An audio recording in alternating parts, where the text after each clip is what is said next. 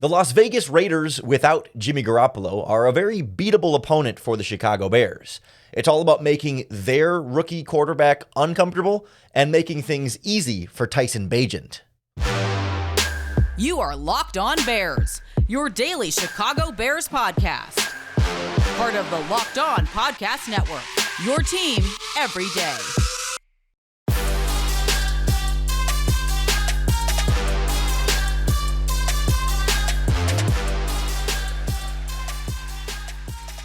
This is Locked On Bears, and I'm your host, Lauren Cox. I'm here to bring you your daily, in-depth Chicago Bears news and analysis. You can follow me on Twitter at CoxSports1. You can follow the podcast on Twitter at Locked On Bears. You can like Locked On Bears on Facebook. Join the Locked On Bears Facebook group for even more Bears talk. And make sure you hit that subscribe button on the Locked On Bears YouTube channel to keep up with all of our video podcasts as well. Thanks for making Locked On Bears your first listen today. We're part of the Locked On Podcast Network, your team every day. This episode is brought to you by PrizePicks, the easiest and most exciting way to play daily fantasy sports. Go to prizepicks.com/LockedOnNFL and use our promo code LockedOnNFL for a first deposit match up to $100.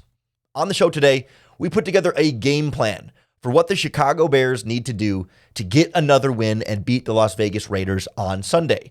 It starts with making the Raiders' backup quarterback uncomfortable. Expected to be rookie Aiden O'Connell out of Purdue, making his second career start and regular season appearance here. We'll kind of go through a scouting report on what to expect from him and the rest of this Raiders offense without Jimmy Garoppolo.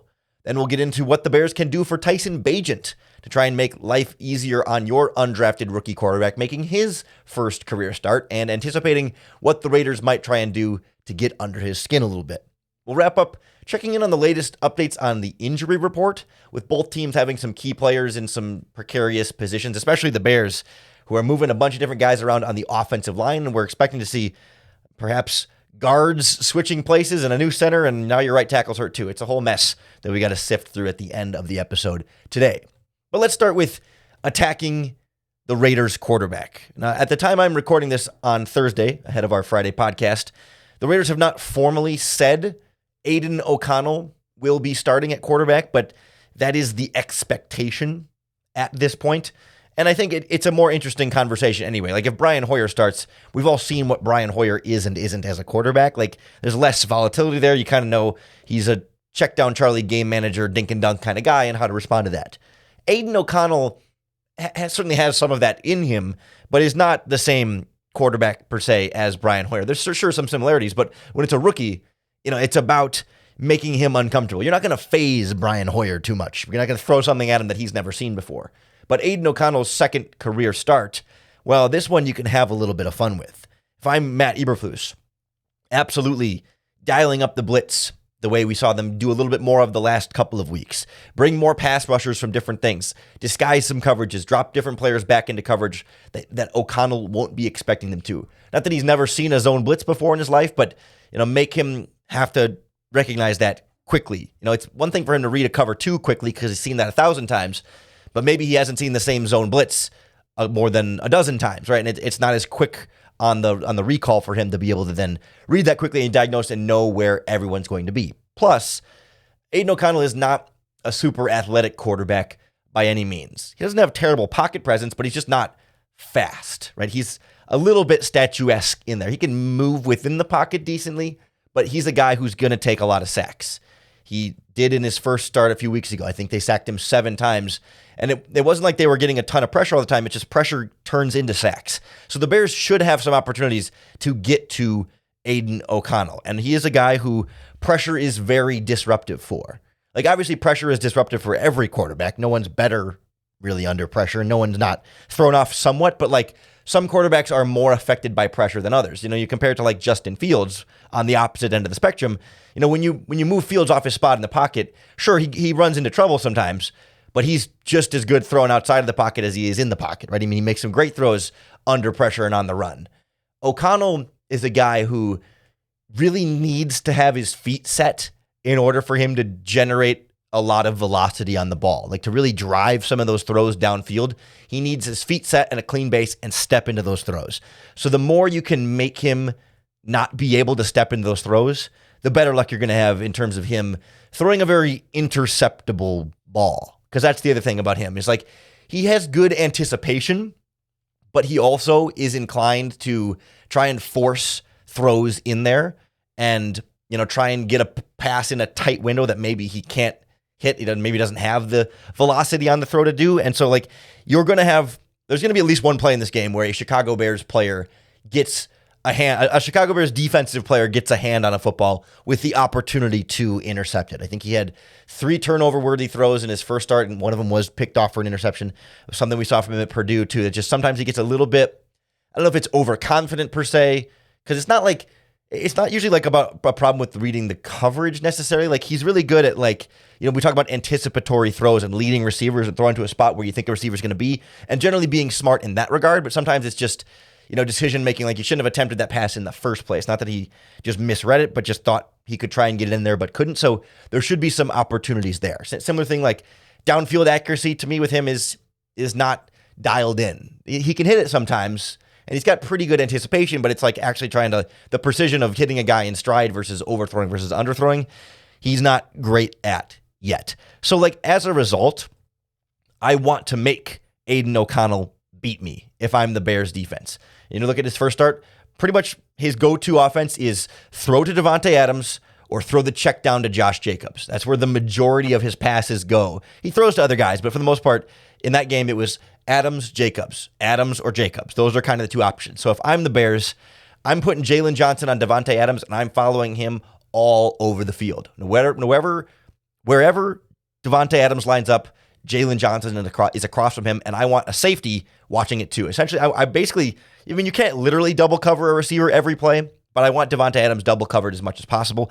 Make everyone else beat you. Make the other receivers beat you.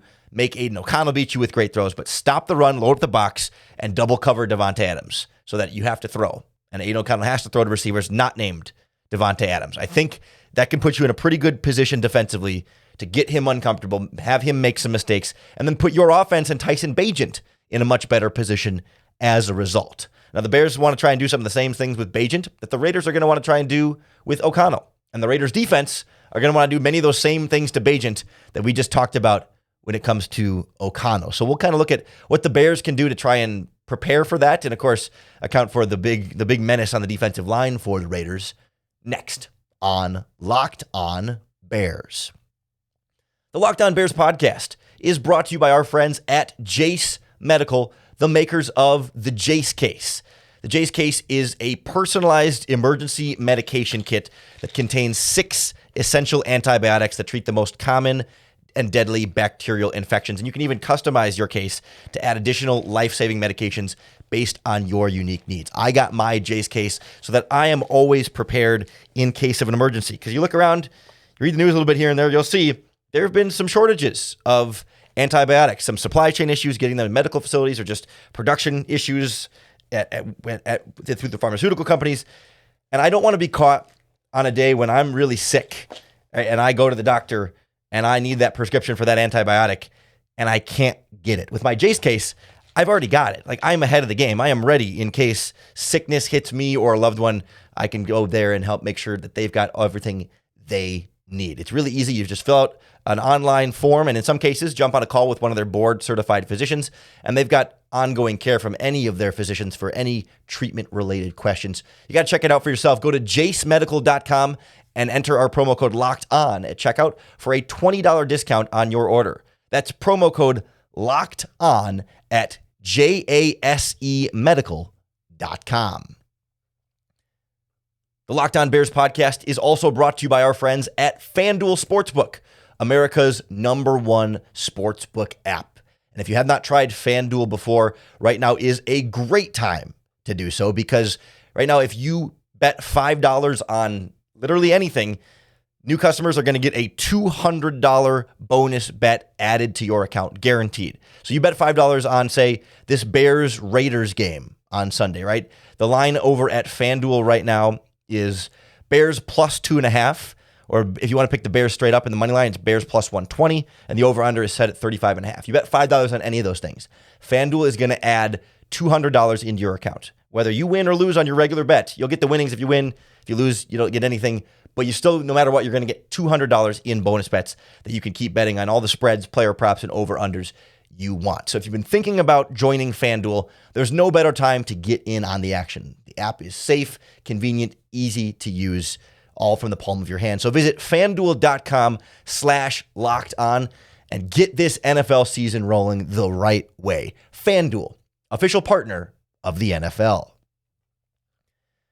We've seen Tyson Bagent operate this Chicago Bears offense with some level of confidence and a decent level of execution. Certainly higher in the preseason than we saw towards the end against the Vikings, but he came out and had a touchdown drive. Like, this is not going to be the same nerves. I think there'll be some nerves for the start, but it's not like, oh boy, first time in a regular season game. Like, he's got a little something under his belt. So does Aiden O'Connell, to be fair, but I think it's an important point for Bagent, right? He's not going to go out there and be all that nervous comparatively. Like, sure, for the start, but once he gets hit once, he'll be fine. He's not going to be panicking out there. We've seen him be calm, cool, collected, and express to the coaching staff that, hey, I know the playbook. Don't worry about it. Call whatever plays you want me to run. And so I think Luke Getsy can open some things up a little bit here. You don't have to go crazy by any means. You do want to keep it as simple as you can. Make, quick, easy throws, concepts he's familiar with. Get the ball in the hands of your playmakers and let them do the heavy lifting, right? We don't need 40 and 50 yards in the air, deep shots, right? We need a 5, 7, 10-yard slant route that DJ Moore breaks a tackle and goes for 30, right? That's the kind of game you need for Tyson Bagent. You need your running backs to break off some nice runs. You need your receivers to make plays after the catch. You need your tight ends to be at least reliable check down options that can get you some yards when Bagent's in a pinch, because he's got Max Crosby lining up on the other defensive line, and he's really, really good. I mean, it's hard to overstate how good Max Crosby is, even as he's dealing with an injury. He's been playing through it all season. He's going to play against the Bears, barring something crazy happening.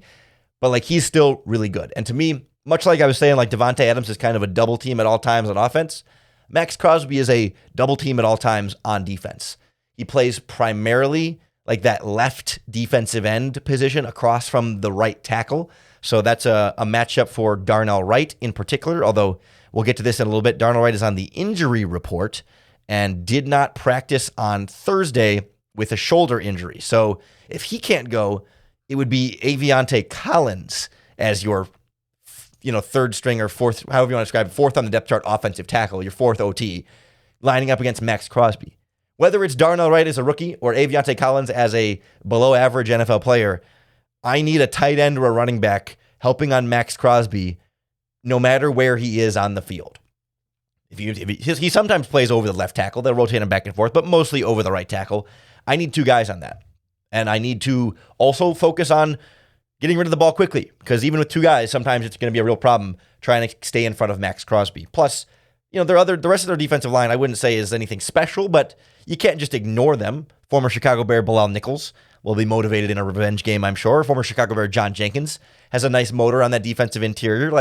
They're not scrubs, but they're not great. So I still want to focus all the attention on Crosby, but other guys will get pressure sometimes too. It's not like it's all Crosby. So, you got to have options ready for Bagent to get rid of it quickly. Check downs, quick passing concepts, make sure that he knows where his hot reads are at all times, just in case if stuff starts hitting the fan, especially if Darnell Wright is not able to go, because that could be very messy very quickly. I also then want to run the ball a lot, control the clock.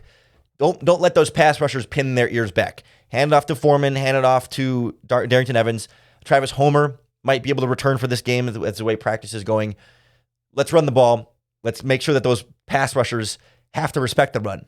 Now, Crosby is also really good against the run. He's not just a pure pass rusher.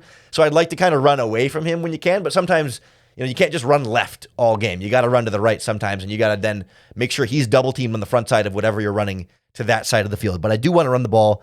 Make sure the pass rush can't just tee off on your passing game all game. Take the ball out of Bagent's hands a little bit more, keep some of the pressure off of him then as a result, and make it easy for him. Right? If you can consistently get 4 yards to carry throughout the course of this game, you get into 3rd and 2 instead of 3rd and 7, and then you feel a lot better about Bagent's ability to even just check it down on 3rd and 2 and pick up the first down, right? You don't want to have to rely on downfield chunk plays or Bagent being a hero and carrying this team. It's got to, like, you still want to generate explosive plays, but it's got to be explosive plays after the catch. I don't want to suggest screen passes because Luke Getsy loves them anyway, and we don't need to encourage that, but that sort of thing, right? Get it in the hands of a playmaker with some blockers in front of it. Put Velus Jones at running back a little bit more and get him in some space. Or do what the Dolphins do, where you get guys in motion at the snap and throw it to them while they get a head start. Do that with Tyler Scott and Bagent, that kind of, and Bagent, do it, and Velus. Geez, I mixed Velus and Bagent and got Bagent. But you know what I mean? Do that sort of thing to make the job easier on the quarterback wherever possible. You can't be so simple that the defense picks up on the two concepts you're running over and over again and starts to jump those. But Bagent has enough under his repertoire that you can do a lot of different things, and I'm not too worried about that being a problem. To me, it comes down to the mistakes we saw against the Vikings. A bad interception at the end on a poor decision on an even worse throw, and then a strip sack in the pocket where he just didn't have quite the pocket presence. Those are rookie kind of mistakes that you hope he learns from and doesn't make a habit, but we still got to see him learn from them and not make the same mistake twice before we can really be confident that that's going to be the case. So I'm optimistic for what Bagent can do. I think it's not a terrible matchup overall, but I'm worried about Max Crosby certainly, and worried about these playmakers really stepping up and making some plays. The Raiders miss a decent number of tackles, so there should be some opportunity there, but easier said than done, especially when it comes to this Bears offense and what we've seen from them all season. Also made a lot more complicated by the injuries the Bears are dealing with, really on both sides of the ball. Some guys that we thought we would for sure see on Sunday now are not so clear and obviously going to play. They may end up being questionable. We might not know until game time how close to full strength the Bears are going to be and what kind of backups may be in there. And the Raiders have a few injuries of their own we will check in on as well next on Locked On Bears. The Locked On Bears podcast is brought to you by our friends at PrizePicks, the better way to do daily fantasy sports, because PrizePicks puts you in complete control of whether you win or lose. What you do is you pick 2 to 6 players, and you have to guess whether they will do better or worse than their PrizePicks projection, and you can get up to 25 times your money if you get your picks right with PrizePicks. It's better than the other types of daily fantasy sports where you're kind of waiting on other people's lineups, and if their lineup's better than yours, then you lose. With PrizePicks, no, it's just you testing your NFL or all other sports knowledge on the PrizePicks projections. It's not just NFL. There's NBA's right around the corner, baseball playoff projections, and hockey season's underway, all with our friends at PrizePicks. It's a lot of fun and really quick and easy to do. You can literally make your PrizePicks picks, in 60 seconds or less. You should check it out for yourself. It makes these games a lot more fun on Sunday. Go to prizepicks.com/LockedOnNFL and enter in our promo code LockedOnNFL to get your first deposit matched up to $100. It's an extra $100 to play with at prizepicks.com/LockedOnNFL. Promo code LockedOnNFL. PrizePicks, the better way to play daily fantasy sports. The Locked On Bears podcast is brought to you by our friends at DoorDash. I love using DoorDash to have food delivered right to me, especially on game day, right? You get to be about halftime and you're getting hungry and maybe the pantry's a little light or you didn't make it to the grocery store, because the grocery store before kickoff is nuts, right? I mean, it's packed full of people and it's hard to get the stuff in and out what you want to get back in time for kickoff.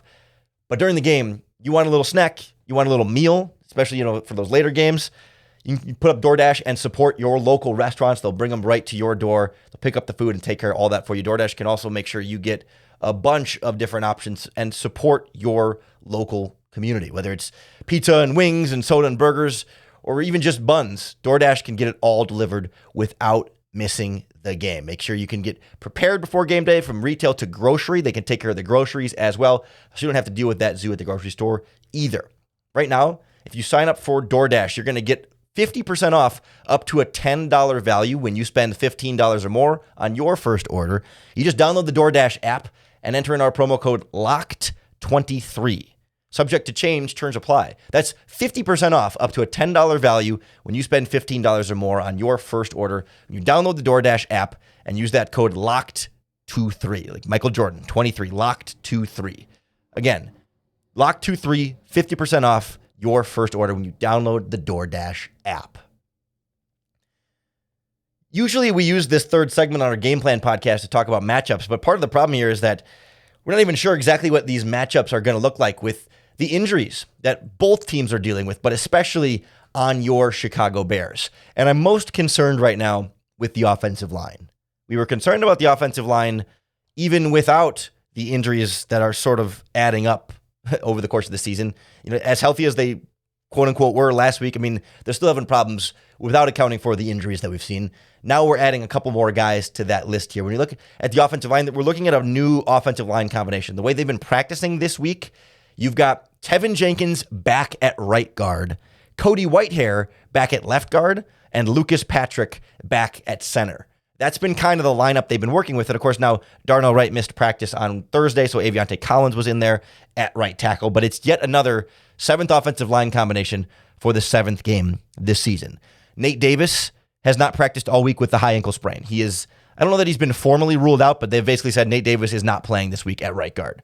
So then it's a question of, is it Jatiri Carter, who started last week against the Vikings, or Tevin Jenkins, who they've moved over and is practicing at right guard this week? It seems like that's the plan, is Tevin Jenkins at right guard for now, while Nate Davis is out. Cody Whitehair struggled greatly with snaps last week, and they benched him for Lucas Patrick. Well, now if you're moving Tevin Jenkins to right guard, they're putting Cody Whitehair back at left guard for now, I guess.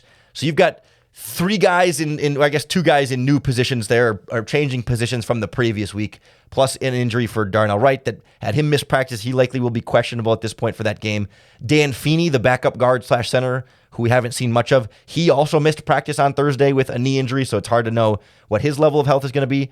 Doug Kramer is a full participant, so he could be back and be another option at center, I guess. That's the rare good news on this offensive line injury-wise, but it's going to be another combination up front. And Darnell Wright's a giant question mark, which is even worse at this stage of the process. So that becomes tricky and messy. And I hate that they keep moving offensive linemen around. Like, I get that when a guy is hurt, you got to replace him, but you don't got to move 3 guys to new positions here and have 3 new starters just to replace Nate Davis, who's injured. Like, either leave Cody Whitehair on the bench and leave Tevin Jenkins at left guard and start Jatiri Carter, or keep trying to work through Cody Whitehair. But I don't know why you're moving Jenkins all of a sudden. He's going back and forth between left and right guard now. Whitehair's going back and forth between guard and center. And it's not helping any of these guys in the offensive line settle in a position and get better. Like, it really is just, I get that there's no perfect solution when you have these offensive line injuries and players struggling, right? It's not like there's an obvious, this is what you should do because this is the perfect solution. But I hate moving guys around, and I feel like there's a better way to find a combination that's still reliable without constantly moving your veterans back and forth to different spots to where they're going to struggle. Defensively, Eddie Jackson missed practice on Thursday. He had practiced on a limited basis on Wednesday, downgraded to DNP on Thursday with the foot injury that he's been dealing with most of the season now. So he might not be able to go, and Elijah Hicks would then start at free safety at that spot. So it's trouble across the board. Terrell Smith still out with mono. He's going to miss some more games. He's not practicing right now. Roshan Johnson still not practicing with the concussion. Of course, Fields not practicing with the thumb. And it becomes tricky there across the board. For the Raiders, briefly, Jimmy Garoppolo, of course, ruled out at this point with a back injury. He's not going to play. He wasn't practicing. Devontae Adams is up to full participant in practice. Max Crosby has been limited with this knee injury. It sounds like that's kind of what the story's been for weeks now, so I'm not reading too much into that, but they really have some injuries in the secondary as well. Their starting slot cornerback, Nate Hobbs, has missed the last couple games with an ankle injury. He's still not practicing, so he's likely not going to be able to go. They've had a rotation at their other cornerback spot. It sounds like now they're kind of rolling with Amik Robertson as the outside cornerback, but he's definitely a weak link compared to Marcus Peters on the other side. And their backup slot cornerback right now is Tyler Hall, who is, I think, a former, third round pick by the Falcons a while ago, or no, undrafted free agent. Sorry, I was looking at the wrong number. An undrafted free agent in 2020 who's bounced around the league and is now with the Raiders. He's been limited at practice this week with an ankle as well. So they're going to go with a backup slot for sure. And if it's their top backup slot, he's not going to be 100% with the ankle. So that's where I'm attacking. If it's Darnell Mooney in the slot, beating him on the slant routes, the crossing routes, the shallow crossers, anything you can get with a better matchup there. DJ Moore even in the slot, go attack that weak link where they've got injuries and just inexperience and not very good players at that spot. And really, Marcus Peters is the only one that scares you in that secondary for the most part. I like their young safety Trevon Moehrig quite a bit, but he's still young and he's not a shutdown guy by any means. So you have some matchup opportunities here to take advantage of. And same thing on their offensive line. I'll just throw one out there. Their right guard, Jermaine Elamuner, has been kind of rotating with their backup, and neither one has been particularly good Definitely the weak link up front is that right tackle. So that's the side that Ngakoue doesn't rush from. So if you can get Dominic Robinson or DeMarcus Walker or somebody to step up and get some pressure from that side, or, I mean, they do rotate Ngakoue sometimes, so it could be Ngakoue over there, but get some edge pressure opposite Ngakoue there, squeeze the pocket a little bit more, blitz that side, get Aiden O'Connell uncomfortable, take advantage of some of the Raiders' weaknesses there. I think that's what it's going to take. At this point, I mean, we say it every week now, it's like the Bears still need to prove to us that they can beat these teams that they should beat. They did it against Washington, but that's been it. So I'm not ready to say, oh yeah, the Bears got this one for sure. But it's a winnable game. And so let's see how Tyson Bagent can do, and let's see if he can lift this offense enough and this team can rise up to the occasion around their young quarterback and try and get a victory against a vulnerable opponent. Whatever happens, you can be sure we'll break it all down for you right here on the Locked On Bears podcast. Come on back on Monday for a recap of the game and all the biggest storylines. Make sure you're subscribed on YouTube or wherever you listen to the podcast, because that's going to be the best way to keep up with all of our daily, in-depth Chicago Bears news and analysis. Thank you for making Locked On Bears your first listen today, and hopefully every single day. We appreciate our everydayers that tune in 5 days a week. I hate to inform you, I just met a guy last night who is an everydayer for Locked On Packers. I was like, oh yeah, I do a Locked On Bears. He goes, oh, I listen to Locked On Packers. I was like, really? I'm glad, but and he's an everydayer for Locked On Packers. I was texting Peter Bukowski, and the Locked On everydayers are out there. So hopefully I can run into one of you everydayer Locked On Bears somewhere out at the bars soon, because I enjoyed a beer with a Packers fan. You can't hate me too much for it because he's a Locked On listener. So we enjoyed it. But hey, we love our everydayers, especially when we meet you out and about in public. But hey, all we really need for you to do is tune into the podcast and make sure that you get your next opportunity to bear down.